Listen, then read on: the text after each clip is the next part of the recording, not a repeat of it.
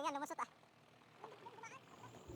Wala sa ating makakapagbago kahit sino mang tao. Hindi mo kayang ituwid ang hakbang mo. Kahit tatay mo, kahit nanay mo, kahit asawa mo, hindi ka kayang ituwid. Walang taong may kapangyarihang ituwid tayo. Ang makakapagbago ang Diyos lang. Basahin natin ang Kawikaan 16:9. Ang puso ng tao ay kumakatha ng kanyang lakad, ngunit ang Panginoon ang nagtutuwid ng kanyang mga hakbang. Nung makinig ka ng salita ng Diyos na sinasabi ko, ang Diyos nagtatrabaho na para baguhin ka. Kaya kailangan, pasakop ka na sa Kanya. Tanggapin mo ang aral ng Diyos. Magbautismo ka, hugasan mo ang kasalanan mo, at mag-umpisa ka ng pagsunod sa Diyos.